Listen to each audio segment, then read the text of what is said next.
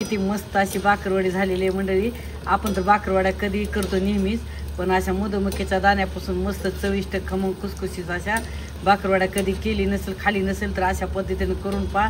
मग पहा किती भारी मस्त टेस्टी येते याचे।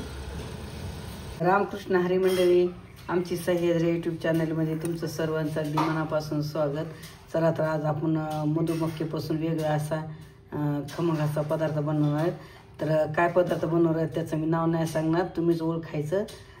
चला तर मग त्यासाठी आपण खूप सारी तयारी केलेली। तर हे पा मी मधुमक्खीचे दाणे 1 वाटी घेतले होते आणि काय केलेलं मी शिजून उकडून घेतलेले नाहीत, काय नाही, कच्चेच दाणे मिक्सरमधून काढलेले आहेत। कारण लक्ष्मीच्या समोरची कणसं होती, थोडी सुकली होती, उन्हात मिक्सरमध्ये काढताना थोडंसं पाणी टाकलं, नंतर पाणी टाकायची गरज नाही कारण आता अंगचं पाणी खूप असतं, पण दाणे सुकल्यामुळे थोडंसं पाणी घालावं लागलं। तर ह्या पा 1 वाटी मधुमक्खीच्या दाण्याची 1 वाटी पेस्ट तयार केलेली आहे, थोडीशी भरड ह्या पा, म्हणजे जास्त पण मोठी नाही आणि एकदम बारीक पण अशी केलेली। आणि त्यासाठी पाय लागणार आहे चांगली 1 मोठी वाटी, 1 चांगलं गव्हाचं पीठ आणि छोटी पाव वाटी रवा घेतलेला आहे। आणि ह्या पा मी काय केलेलं आहे चांगला म्हणजे 1 गळवट कांदा, समजा वाटी कांदा घेतलेला आहे चिरून, भरपूर अशी कोथिंबीर घेतलेली आणि 2 ते 3 मिरचीचे बारीक काप करून घेतले तुकडे, आणि लसणाचे पण बारीक तुकडे करून घेतलेले, आणि थोडासा चाट मसाला घेतलेला आहे, 1 अर्धा चमचा धना पावडर, आणि 1 छोटी वाटी म्हणजे हे पा 2 चमचेचा आकार खोबऱ्याचा खीस घेतलेला आहे, आणि थोडंसं घरचं काळं तिखट घेतलेलं आहे, चमच्याचा अंदाज, थोडासा पाव चमचा हळद घेतलेली, आणि हे गरम मसाला पाव चमचा घेतलेला आहे, कसुरी मेथी थोडीशी घेतलेली, आणि लाल तिखट पण थोडं घेतलेले। तुम्ही चवीनुसार कमी जास्त करू शकता, किंवा ह्याच्यातला एखादा पदार्थ तुम्ही कमी जास्त पण करू शकता तुमच्या आवडीनुसार।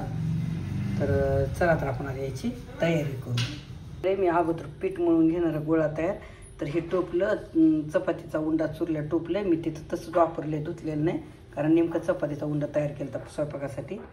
तर ह्या पा 1 वाटी गव्हाचं पीठ आणि 1 पाव वाटी रवा छोटी, हे थोडंसं ओवा मी असा हातावर चोळून घेतलेलं आहे। लगेच यामध्ये थोडीशी हळद घातलेली आणि यामध्ये थोडंसं मीठ घातलेलं आहे टेस्टसाठी।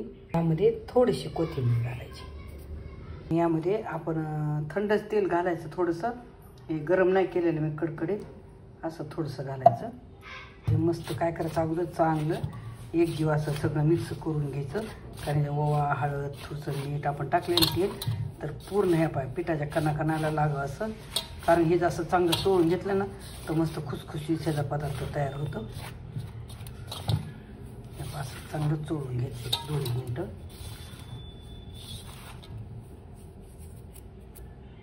तर आता काय करायचं, याच्यात थोडं थोडं करून पाणी घालायचं आणि याचा गोळा करून घ्यायचा, थोडासा जास्त सैल पण नाही आणि जास्त घट्ट पण नाही, असा गोळा तयार करून घ्यायचा।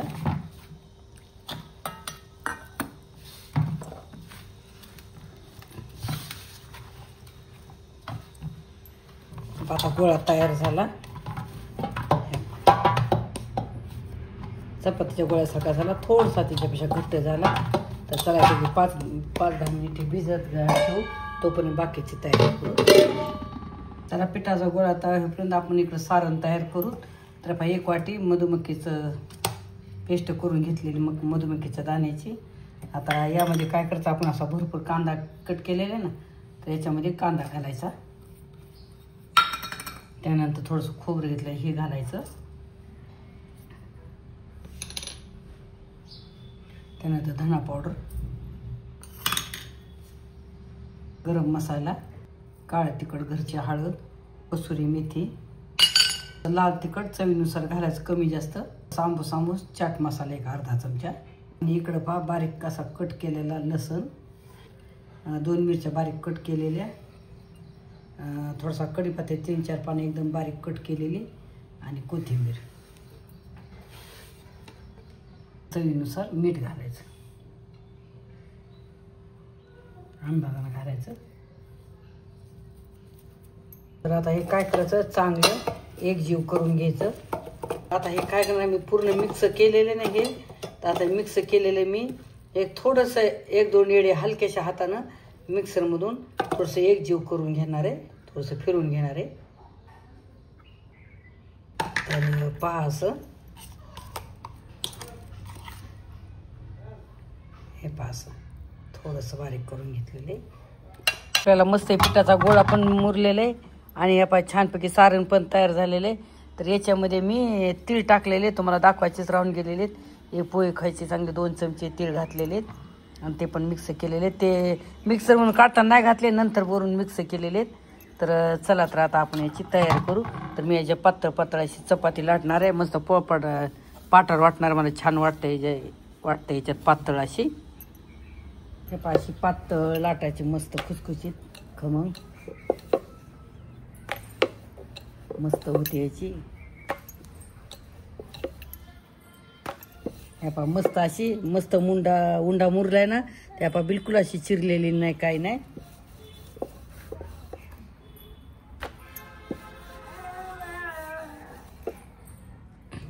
तर पहा मंडळी अशी एकदम खूप मोठी अशी मी चपाती तयार केलेली. मी काय करणार आहे तर पहा अशी पातळ चपाती लाटली ना एकदम. तर याच्यामध्ये आता हे सारण जे आहे ना, तर मी सारण याला असं लावणार आहे सगळीकडून. खाली तेल किंवा पाणी लावायची काही गरज नाही. यापासून असं सगळीकडून मी सारण असं दाट लावणार आहे. पहा मस्त हे सारण टाकलेले. याला काय केलंय, सारण टाकल्यानंतर असं मस्त थोडंसं हलक्याशा हातानं दाबायचं. त्यात काय करता आमचूर पावडर टाकू शकता किंवा थोडीशी चिंच, आंबट आवडत असेल तर चिंच गूळ किंवा थोडीशी साखर घालू शकता तुम्हाला आवडीनुसार. मी आंबट काय घातलेलं नाही. तर आणि काय करायचं, ह्या पाहिजे अशी गोल पुटुळी करत राहायची. हे पाशी हलकीशा हातानं अशी हे पाशी थोडीशी दाबून अशी पुटुळी करत राहायची. तर मंडळी तुमच्या लक्षात आलं असं आता मी काय बनवायले ते. तर मी मधुमक्याच्या दाण्यापासून मस्त अशी खमंग कुरकुरीत बाकरवडी तयार करायले. तर ह्या पाशी मस्त झाली आता ही पुटुळी अशी तयार. पा मस्त अशी थोडंसं पीठ भुरभुरलं थोडंसं अशी निळवट ह्या पाशी दाबून छान हलक्या हातानं ह्या पा मस्त झालेले. आपल्याला काय करायचे, याच्या अशा मस्त कट करायच्या, अशा बाकरवड्याचा आकार करायचा. ह्या पा मागच्या पुढचे शेंडे कापून ह्या पा मस्त अशा कट करायच्या.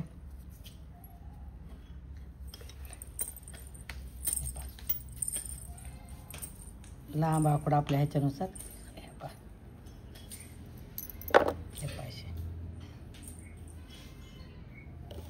अशा सगळ्या कटर पाहाच्या तयार झालेले आहेत. तर आता ह्या काय करायचं आपल्याला, ह्या अशा करून थोड्या दाबायच्या. ह्या पाशा थोड्या दाबायच्या अशा ह्या पाशा.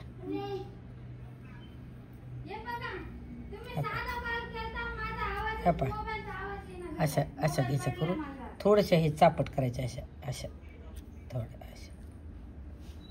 कुठे गेल त्या रांजणगावला गेल त्या आता शिक्रापूरला जाणार होते ना.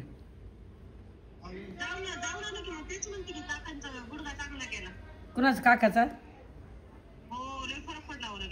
बर. आणि त्यांचा कुठं गुडघा दुखत होता?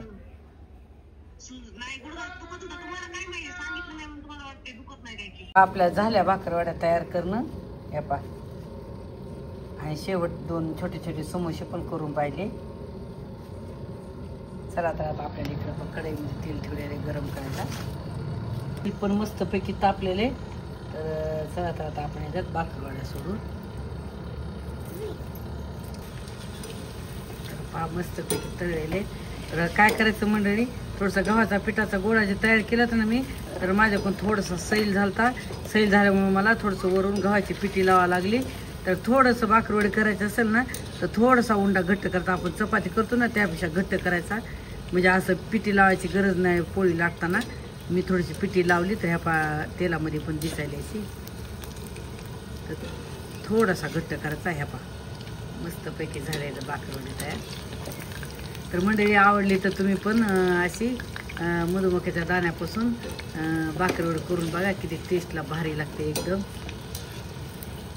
पहा किती भारी मस्त अशी खमंग खुसखुशीत झालेली. बिलकुल असं तेल धरलं नाही पुन्हा भाकरवडीनं, एकदम अशी भारी झालेली. आवाज येत असेल.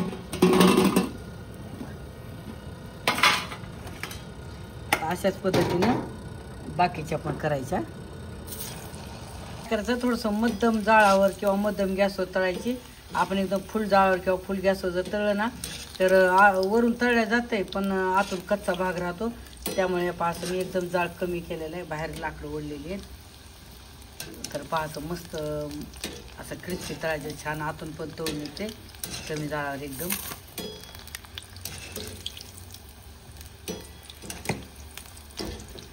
तर पहा झाली आपली बाकरवडी तयार. तर पहा मस्त अशी खमंग झाली. आणि आपण 2 समोसे पण केले त्यावेळेस उरलेले, ह्या पहा मस्त झालेले आहेत. आणि बाकरवडी पण पहा एकदम अशी आतून पण अशी कुरकुरी झालेल्या मस्त, हे पहा. तर तुम्ही काय मंडळी, तर हे नाही का आपण नुसती पण खाऊ शकतो एकदम खमंग, किंवा टमाटा सॉससोबत खाऊ शकतो, किंवा दह्याच्या चटणीसोबत, दह्यासोबत, कशासोबतही खाऊ शकतो. तर एकदम भारी झाली. आपण बाकरवड्या तर नेहमीच बनवतो, विकतच्या आणून खातो, पण अशी मधुमक्खीपासून बाकरवडी एकदा बनवून बघा आणि पहा मग टेस्टला किती भारी लागते. आणि आवडली तर मला कमेंट करून सांगा. आणि तुम्ही जर माझ्या चॅनलला नवीन असाल तर लाईक करा, शेअर करा आणि सबस्क्राईब करा.